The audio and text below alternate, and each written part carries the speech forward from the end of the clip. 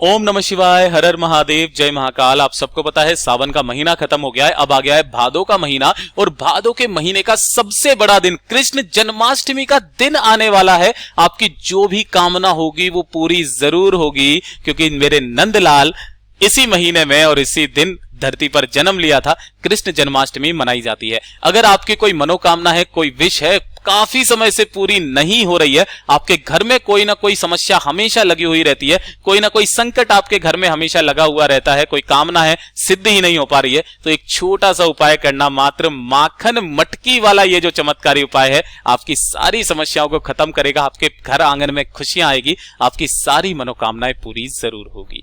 पूज्य गुरुजी की कथा से सुनकर के और समझ करके पूरे उपाय को बड़े ही विस्तार से बताऊंगा, परंतु उससे पहले आप सबसे एक छोटी सी गुजारिश करूंगा कि जो लोग पहली बार आए हैं चैनल को सब्सक्राइब जरूर करना और वीडियो को लाइक करके महादेव जी का कोई सा भी प्यारा नाम कमेंट बॉक्स में लिखना मत भूलिएगा। और जय श्री कृष्णा आज के दिन कमेंट बॉक्स में जरूर लिखना, ठीक है। ध्यान से सुनना, इस पूरे वीडियो के अंदर हम लोग 3 महा उपाय के बारे में बात करेंगे जो कि आपके अलग अलग कामना पूर्ति के लिए सिद्ध होंगे। और काफी सारे लोग इस बात से भी परेशान हैं कि उन्हें नहीं पता है कृष्ण जन्माष्टमी किस दिन मनाई जाएगी, तो उसके ऊपर मैंने पूरा वीडियो दिया हुआ है, ठीक है ना। आप चैनल पर जाकर के देख लेना या फिर मैं इसके डिस्क्रिप्शन बॉक्स में भी दे दूंगा।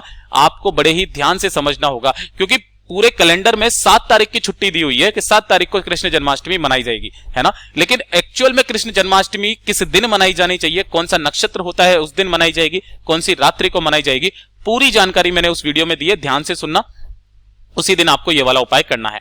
ध्यान से समझने की कोशिश करना। पहले उपाय के बारे में बात कर लेते हैं कि जो पहला वाला उपाय है किन लोगों को करना है, अलग अलग कामना पूर्ति के लिए सिद्ध है। तो जो पहला उपाय है वो होगी, आपकी कोई सी भी मनोकामना है, कोई हृदय की बात है जो कि आप काफी समय से चाह रहे हो कि पूरी जरूर हो जाए, है ना। कोई मकान खरीदने की बात हो या पुत्र प्राप्ति की इच्छा हो, किसी भी तरीके की अगर आपकी कोई मनोकामना है ना, बड़ी से बड़ी मनोकामना, तो आप इस दिन ये वाला उपाय करना जरूर पूरी होगी, ठीक है ना। ध्यान से सुनना, समझने की कोशिश करना। आपको चाहिए होगा इस तरीके से दही, है ना। आपको सबको पता है नंदलाल जो है यानी कि दही उनको बहुत ही ज्यादा पसंद है, माखन और दही। आपको ये दही लेना है, लेकिन लेना कितना है ध्यान रखना, इसका एक क्रम है, एक नियम है। हर एक उपाय एक नियम से किया जाता है। आपके घर में इस तरीके से दोने जरूर होंगे। अगर दोने नहीं है तो आप इस तरीके के दोने ले लेना। मैं आपसे क्यों बता रहा हूं, क्योंकि आप कटोरियों को रख करके आओगे, जो समर्पित करोगे, तो इतनी कटोरियां वहां पर रख करके छोड़ करके तो नहीं आ सकते हो। तो आप इस तरीके से दोने ले लेना। कितने लेने हैं दोने? 7, है ना। इन 7 दोनों में आपको भरना होगा दही, थोड़ा थोड़ा सा दही 7 दोनों में आपको भरना है, ठीक है। चाहो तो आप मंदिर में भी जाकर के ये काम कर सकते हो। तो 7 दोने लेना, उसके अंदर आपको दही भरना होगा और प्रत्येक दोने के अंदर दही के ऊपर आपको एक एक तुलसी का पत्ता जरूर डालना है। क्या डालना है? एक एक तुलसी का पत्ता जरूर डालना। इसमें भी एक तुलसी का पत्ता, इसमें भी एक तुलसी का पत्ता, इसमें भी एक तुलसी का पत्ता, यानी कि 7 तुलसी के पत्ते 7 अलग अलग दही के दोनों में आपको डाल देने हैं। तो पहला तो काम ये हो गया, है ना। दूसरा जो काम करोगे, आप सबको पता है कि इस तरीके से मिट्टी का करवा आता है। अधिकतर जो औरतें होती है या फिर जो भी स्त्रियां वगैरह है, वो करवा चौथ के दिन इस तरीके के करवे की पूजा करती हैं, है ना। सब लोग ये वाला काम जानते हैं, ठीक है। आपको इस तरीके से नहीं चाहिए जिसके अंदर छिद्र हो। आपको इस तरीके का एक छोटा सा कलश, मिट्टी का कोई सा भी एक कलश ले लेना, छोटा वाला जो करवे के शेप का होता है, उस तरीके का।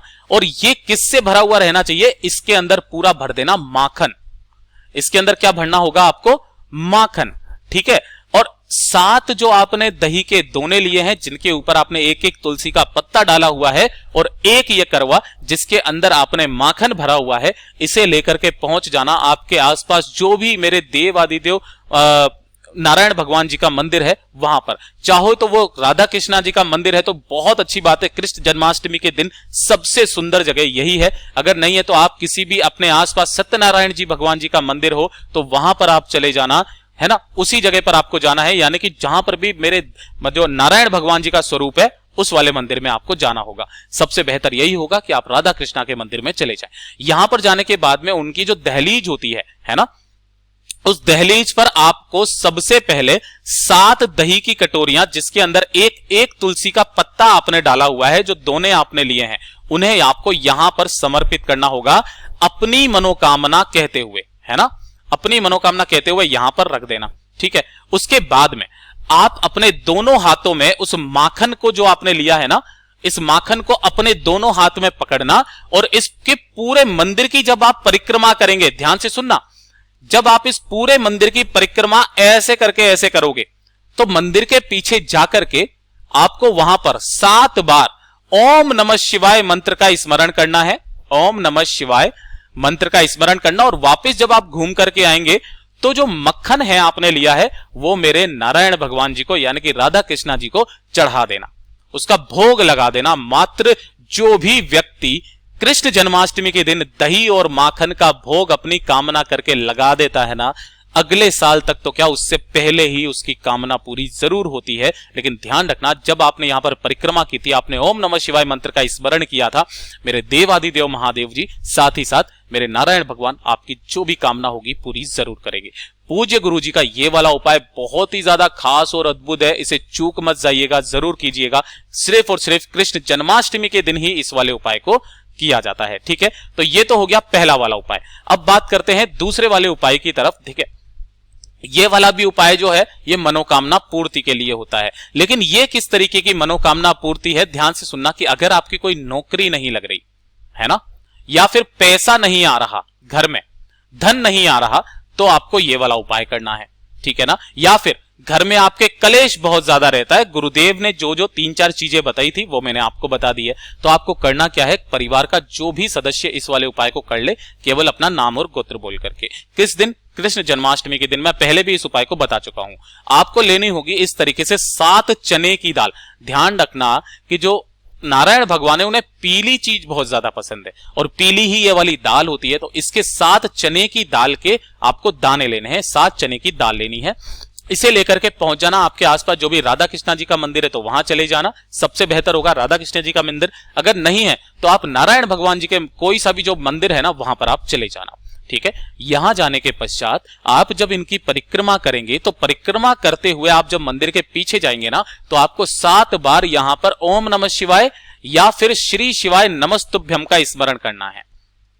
ठीक है, और जब वापस परिक्रमा करके इधर की तरफ आएंगे तो वही मेरे नारायण भगवान जी को आपको 7 चने की दाल को अपने दाहिने हाथ में लेकर के चढ़ा देना है। मात्र एक बार कर देना, ज्यादा से ज्यादा 3 महीना आपकी जो भी कामना होगी ना, जिस कामना के लिए आपने ये उपाय किया है पूरा जरूर होगा। ये हो गया दूसरा वाला उपाय। ठीक है, तीसरा वाला उपाय अब ध्यान से सुनना।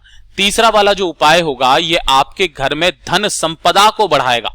धन की कभी कभी नहीं रहेगी आपके पूरे जीवन भर, जो भी जन्माष्टमी के दिन इस उपाय को कर लेगा। साथ ही साथ उस घर में जो अनावश्यक खर्चे होते हैं ना वो भी खत्म हो जाएंगे। चाहे तो बीमारी वगैरह में काफी सारे खर्चे हो जाते हैं तो परिवार की बीमारियां भी खत्म होगी। कहने का मतलब यह है आपके घर में धन बचने लगेगा, माता लक्ष्मी जी आपसे खुश रहेंगी, हमेशा आपके घर में रहेंगी। तो जन्माष्टमी के दिन इस वाले उपाय को जरूर करना। इस वाले उपाय को हरिहर महादेव उपाय भी कहा जाता है। हरिहर महादेव उपाय भी कहा जाता है। ध्यान से सुनना, आपको लेनी होगी थोड़ी सी हल्दी। ध्यान रखा करो जब भी मैं हल्दी का नाम लूं तो आप इस तरीके से खड़ी हल्दी लिया कीजिए, इसे पीस करके इसको काम में लिया कीजिए। ठीक है, हल्दी ले ली और 1 लोटा लेना शुद्ध जल। ठीक है ना, हल्दी को आपको इसके अंदर नहीं डालना है, ये चीज ध्यान रखना। इन दोनों चीजों को लेकर के सुबह या प्रदोष काल में जब भी आप जाना चाहो चले जाना। जन्माष्टमी के दिन पीपल के पेड़ के नीचे, जब आप पीपल के पेड़ के नीचे जाओ तो कोशिश करना कि 1 दीपक जरूर लगा दो घी का, है ना, 1 दीपक जरूर लगाना गोल बत्ती का, घी का। ठीक है, ये लगा करके आपको उसकी जड़ों में थोड़ी सी चुटकी भर हल्दी हरिहर महादेव जी के नाम से समर्पित करनी है। हरिहर महादेव जी के नाम से समर्पित करना, और समर्पित करने के बाद जिस जगह आपने हल्दी को समर्पित किया है ना उसी जगह पर आपको उसी के ठीक ऊपर उस 1 लोटा शुद्ध जल को हरिहर महादेव जी के नाम से समर्पित करना।